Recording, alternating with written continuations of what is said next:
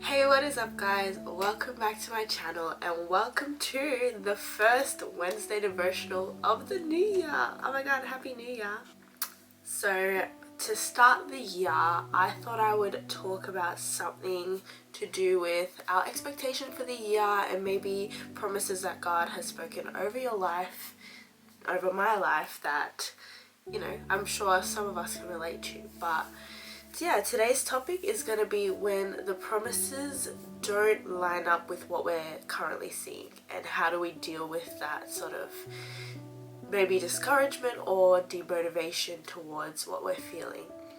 It says in Proverbs 13 verse 12, "Hope deferred makes the heart grow sick, but a longing fulfilled is a tree of life." So in times of waiting and times where it seems like God's given us a promise but we're not seeing how that's going to be fulfilled, it can often become a bit discouraging and demotivating. So the question that I sort of wanted to ask and I've been praying about is, what do we do when the vision doesn't line up with our current situation? And I think the most important thing to remember is that God's timing is perfect and He's not bound or limited by our natural timing, our natural circumstances. So while it may look in the physical, in the natural, like it's not going to come together, it's not going to work out, we can always look back and remember how faithful God was, even in the Bible times, and how faithful God has been in our lives. I'm sure we can have multiple testimonies of the way God has come through at the last second. God has come through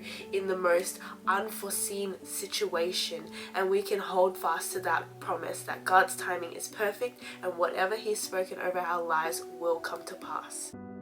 And when I think back on all the things that God has done and how God has come through in the most unforeseen situations, I've just wrote down a couple examples maybe in the Bible that could even encourage you. But like, He can bring forth new life from a barren womb. He can bring dry bones back to life. He can cause the paralyzed to walk again. He can set the captive free. I'm sure a lot of us can be a testament to how He has set us free from shame, free from guilt, free from sin. We just celebrated the Christmas period all about Jesus coming in human form to be that perfect sacrifice for us, so that we don't have to be bound by sin anymore, so that we can be set free, so that we can be seen as righteous. And these are just some of the things that we can have. These are some of the things that God has given us and God has promised us over our lives, that in the most unforeseen situation, in the most dead,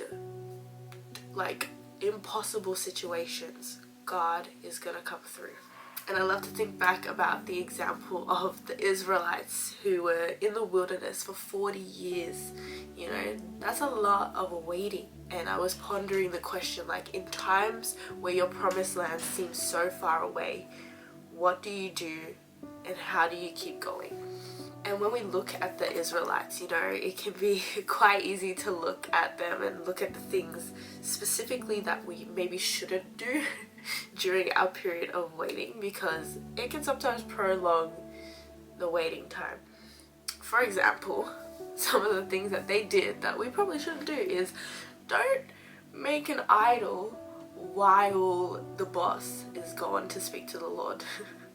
Alright, let me give you a bit of context. So they went into the wilderness, they came to Mount Sinai, and the Lord wanted to meet Moses on the mount so that He can give him the laws and the what's it called?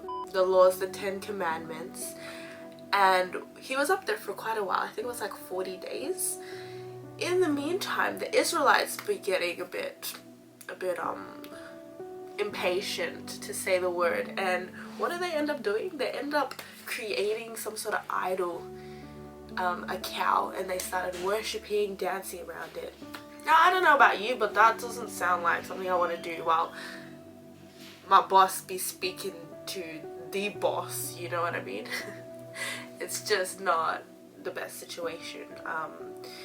And even though I'm sure none of us are creating a cow idol to worship, there are a lot of things in life that we have as idols that we don't even realize, like being on social media all the time, the idol of money. And it's like, what are we focusing our attention on while we're waiting for God's promise? You know, are we focusing on the goodness of God, or are we trying to fill that gap, that waiting time, with something else? You know, and another thing that the Israelites did was complain a lot. They even complained about not having, and I quote, cucumbers, melons, and leeks during this transition period. And if you don't understand the context, I recommend that you read Numbers 11, because they really did complain that they had cucumbers, melons, and leeks while they were in that slavery time, just forgetting about the whole, you know, slavery for 400 years. Not the point. They complain. And it's like, okay, what type of heart position do we have towards this waiting period? Is it that we're complaining a bit like, God, we've been waiting for so long, but when is this promise going to be fulfilled? Because I spoke about this in my last devotional, but I said oftentimes God doesn't change a situation because he's waiting for that situation to change us. So it's like, what is God wanting to teach us during this waiting period? And does it have something to do with our heart? Is it that we can't step into that next season because our hearts need to be made right? Because when we do receive what is in that next season, maybe we have some pride in our heart, maybe we have a spirit of complaining, maybe we have unforgiveness, whatever it may be. Free yourself from that. Let God deal with your heart in this season so that you're not taking baggage into your next season. But all in all, you know, it might have taken 40 years for a promise to be fulfilled. It might take a long time, but what is so important to remember is that God will always come through and fulfill every promise that he has spoken over your life. And in this waiting period, I just want to encourage you guys with a verse from Isaiah 40 verses 30 to 31, which reads, "Even youths grow tired and weary, and young men stumble and fall, but those who hope in the Lord will renew their strength. They will soar on wings like eagles. They will run and not grow weary. They will walk and not be faint." Those who hope in the Lord, you know, another translation is those who wait on the Lord. If we're feeling weary in this season, if we're feeling tired and demotivated, that's your sign you need to go back to the source. If you're looking at the fruit that you're producing in this season and it doesn't line up with the fruits of the Spirit, love, joy, peace, patience, kindness, etc., it's a sign that you've gone too far from the source. You need to draw again from the source and let him fill you with those living waters so that you can produce that good fruit, rather than a spirit of complaining, rather than a spirit of frustration and anger. Let him renew you in this season. Keep hoping in the Lord, because his words, no one of his words will ever return void. And that's it for my Wednesday devotional for today. Hope you guys are encouraged.